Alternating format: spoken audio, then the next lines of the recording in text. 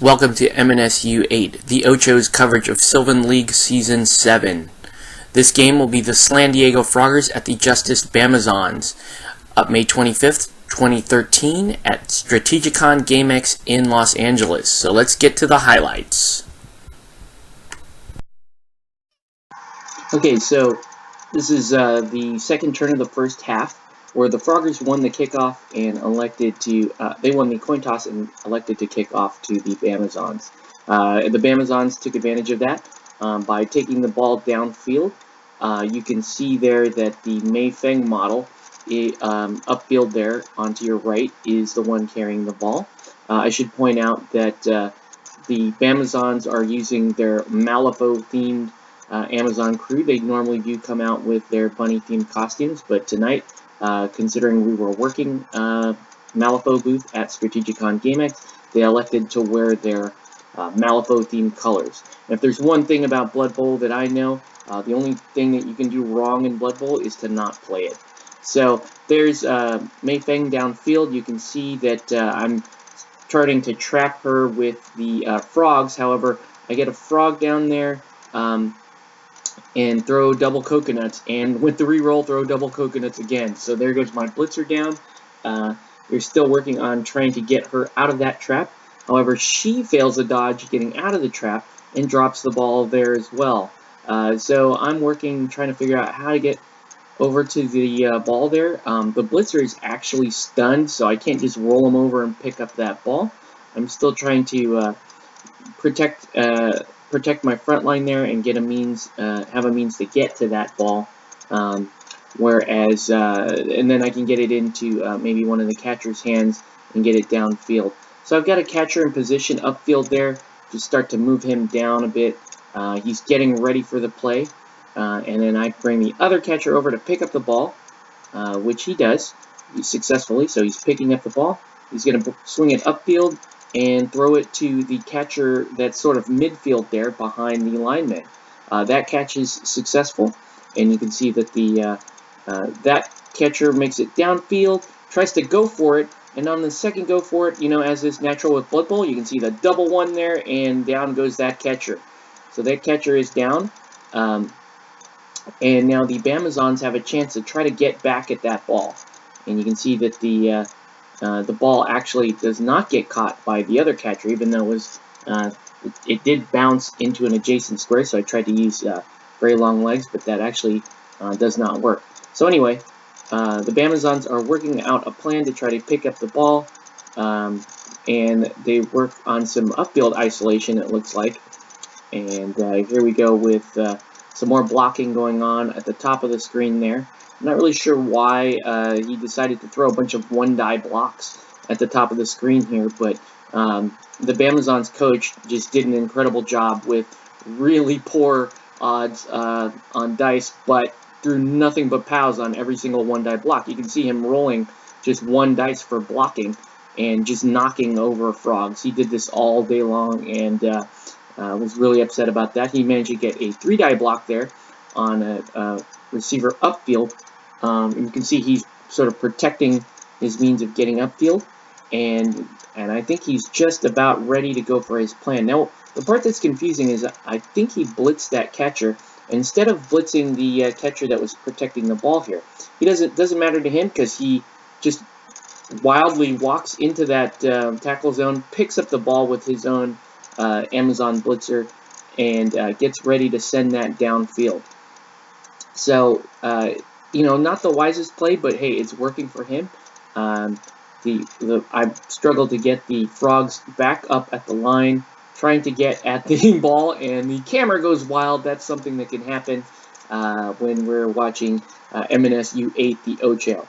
So here we go again. I set up a trap this time on his blitzer with the ball, and you can see 1, 2, 3, I believe 4 frogs at this point are coming over to trap him into place, and I actually blitz him there into that square. You can see that I get up with that blitzer finally, number 24, the People's Champ, and he puts another clamp down on the on that cage. So we've got this blitzer pretty well locked up. He's in a cage of 4 tackle zones, including the Frog Blitzer, who has diving tackle. So the thought here is that I'm really going to just trap his guy downfield, force him to choke up the ball. But the Bamazons come up with a plan of their own. They move some people into position. You can see a couple of line Amazons coming into position right there. And here they come. She dodges out of play, and you can see I knocked my figure down to do the diving tackle, which requires him to roll a 6. Of course he rolls a 6, and then he rolls another 6, and then he rolls a 3, and he's free, which is probably the worst and most frustrating play in the game. The fact that I had him locked up, but Nuffle and dice rolling saves him from that trap downfield, and he manages to complete a pass to the line woman. And the line woman's going to come all the way down, and it looks like score on a couple of go for it. So that's the end of the first half. I'll use a base as score counters. Yep. 1. Alright, so now you kick off to me, and I've got a couple of turns to try to score. You're fast enough, you could do it. Maybe. My defense sucks. But that was garbage. That was garbage. What the hell? So, Miss May, my catcher got a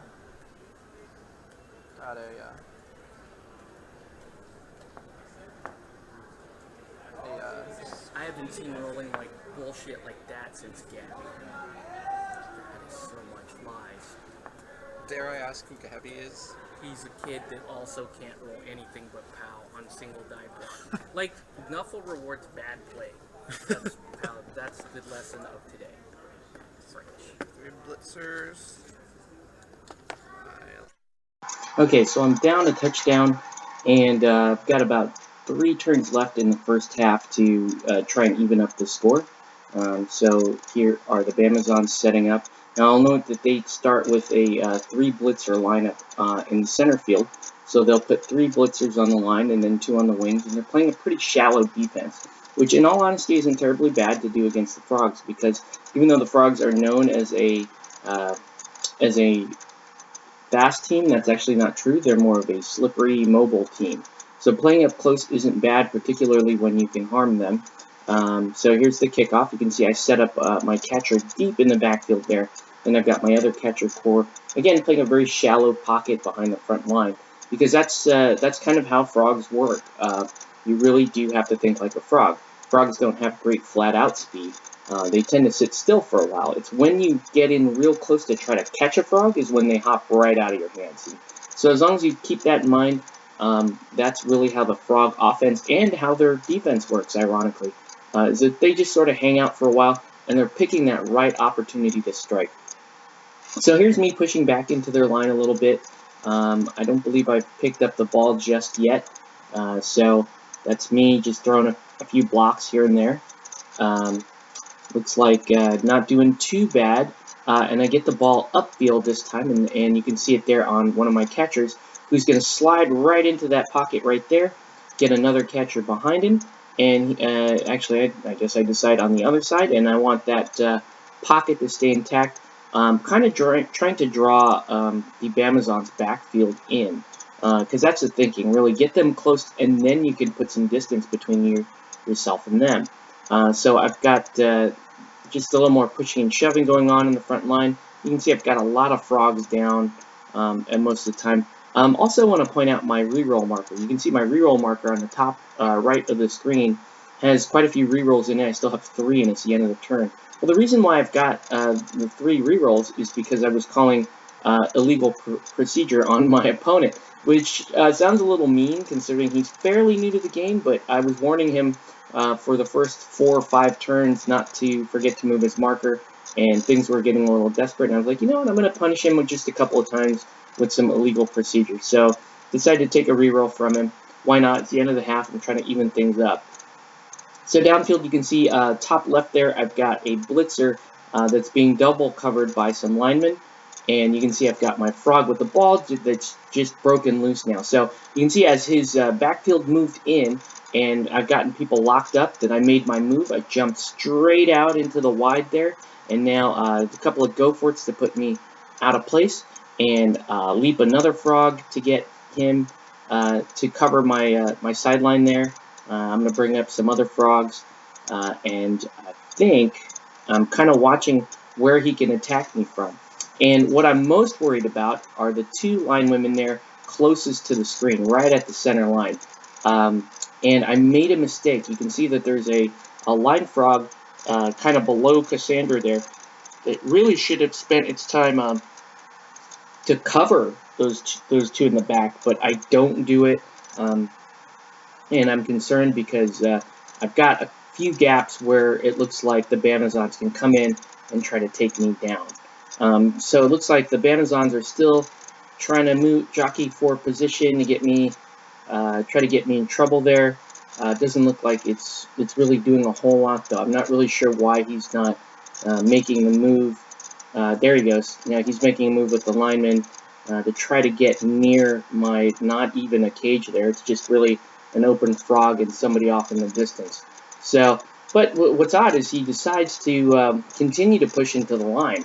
I think he gave up on the play at this point. Oh no, he's still trying to get somebody free, and he figures maybe he can get that blitzer free instead. So here we go. There's just looks like there's some more measurement going on here.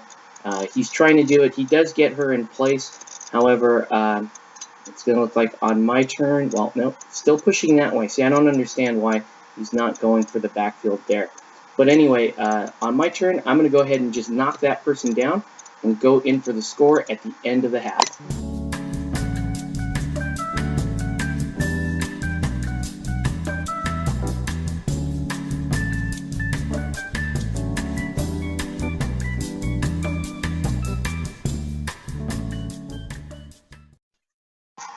Okay, so with that score underway, we're on to setting up for the second half.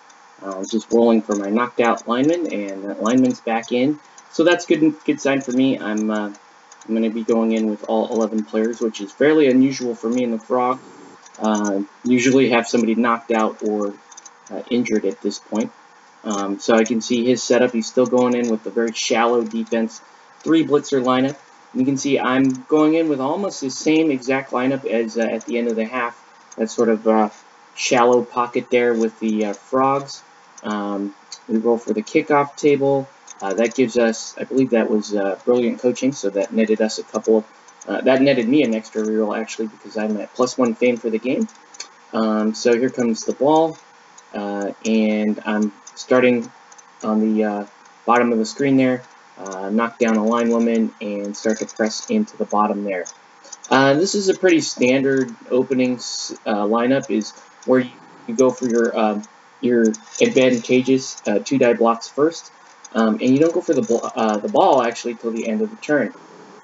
So here's me pushing in. The one thing that I would say is different is I'm not caging up around the ball before I pick it up until after I've thrown a couple of blocks. So that's probably a little rust on my part. I normally do that first because, you know, I know that the dice hate me, so I could roll coconuts on that first block, but instead I go ahead and cage up around the ball, pick up the ball. Now here's the Banazons. They're starting to knock down some frogs left and right, and I think this is really just going to be kind of a scrum match here, pushing down the frogs and trying to get at my backfield.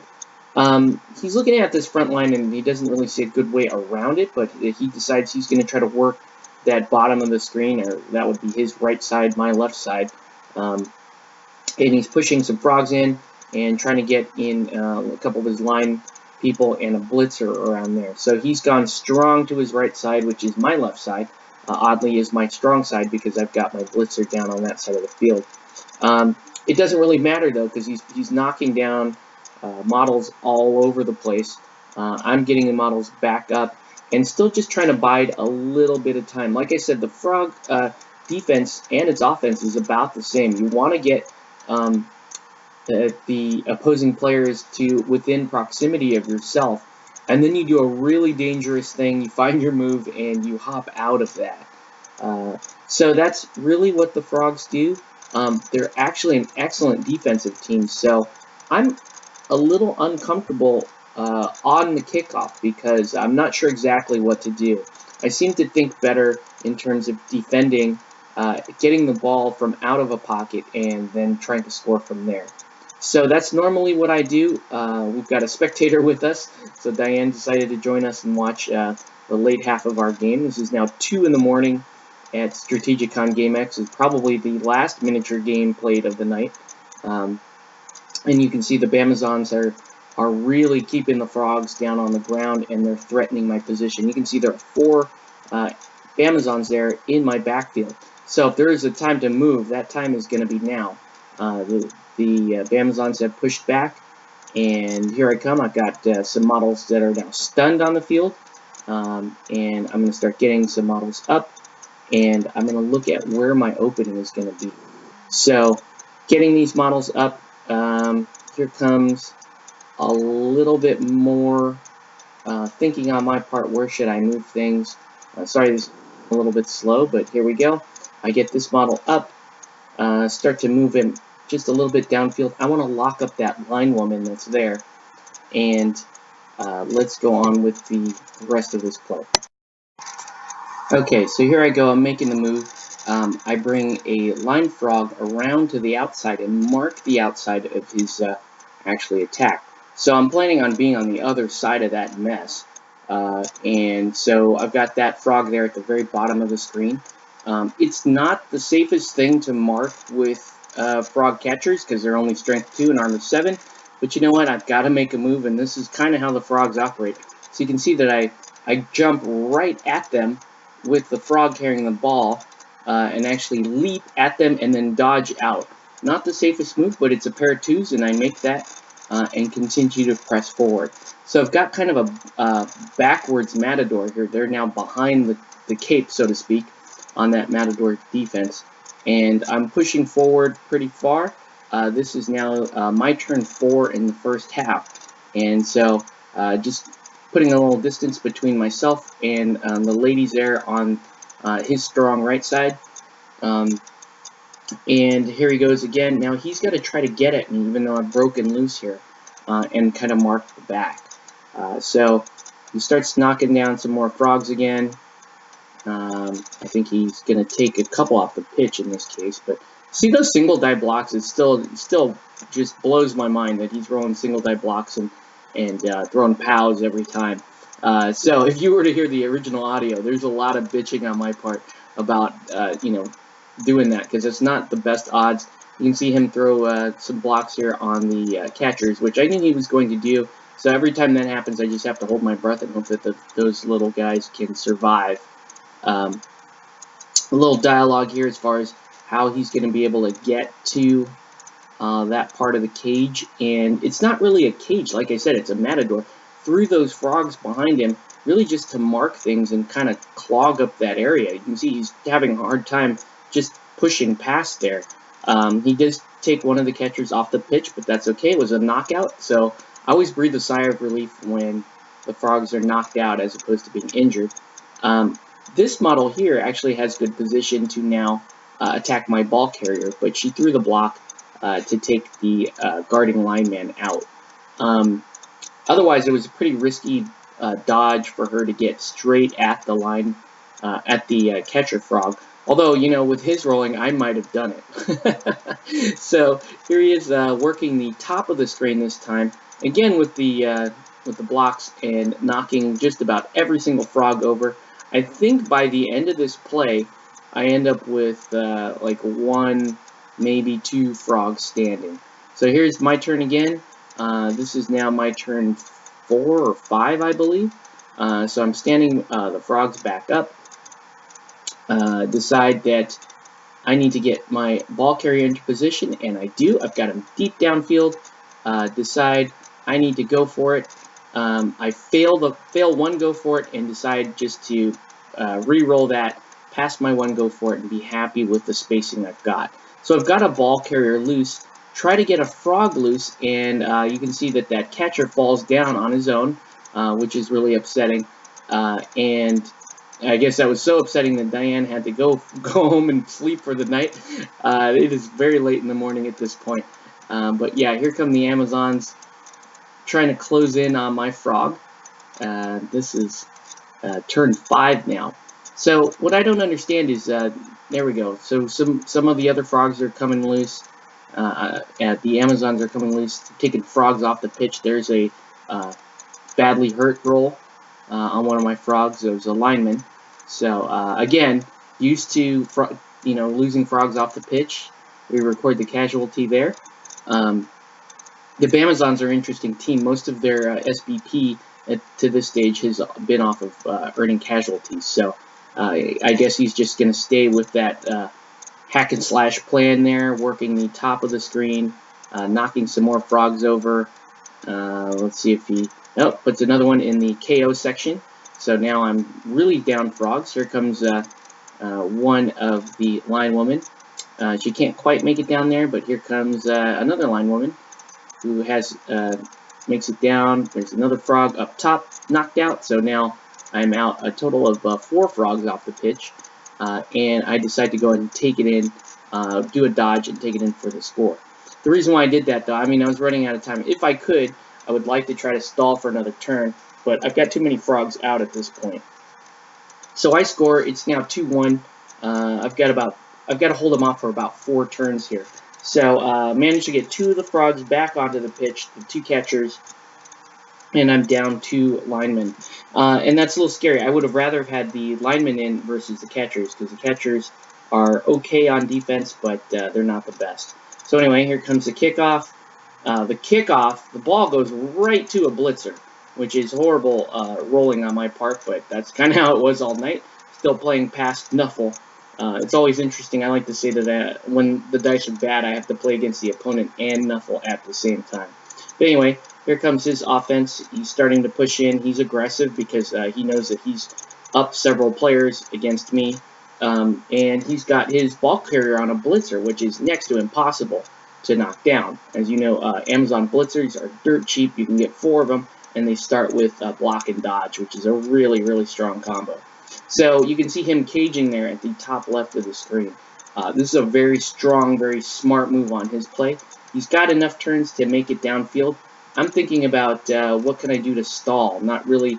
I don't really have the manpower to actually take out most of his line. So what I decide to do is just take the blocks that I've got in front of me, and then I start positioning frogs around the cage. You can see that I've thrown one there actually in the deep back pocket of the cage. And that's another advantage that the frogs have, is that they're an excellent defensive team.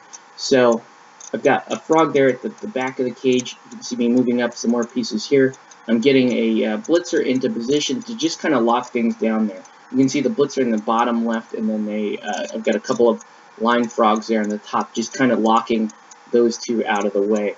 Don't necessarily need to throw blocks there, but it just locks things up. So here he goes again. He's taking another frog off the pitch that was in his cage, and he's pressing forward with a blitz there.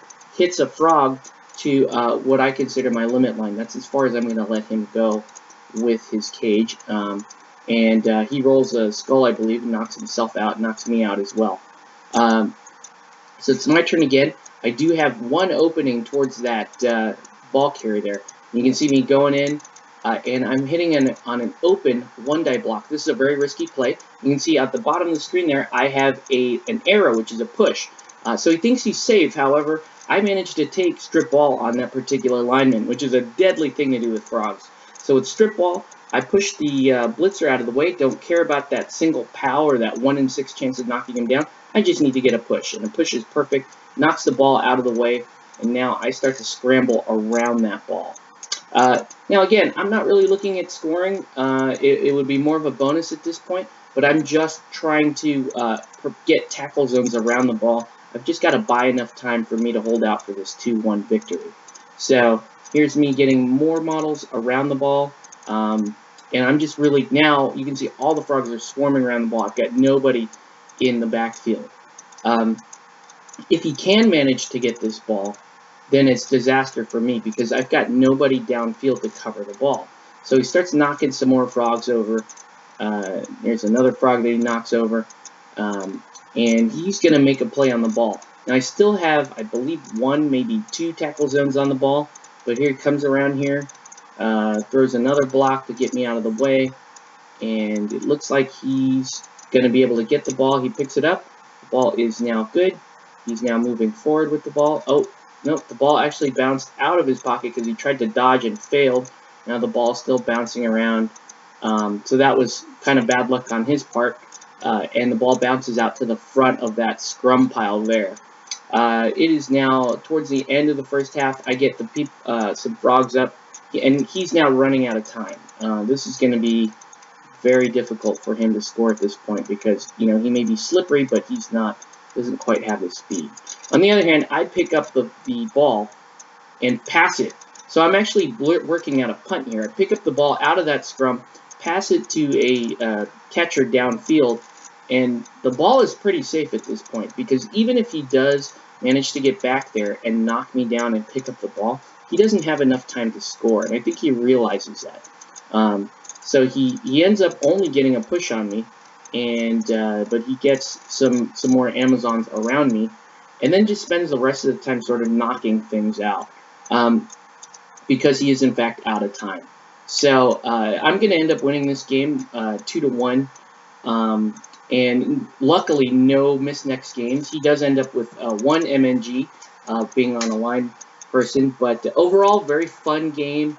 There's just him like smashing me up at the end of the game, and we're going to do MVP and all of that later. So thanks for watching, and we'll catch you on the next Play It Pink.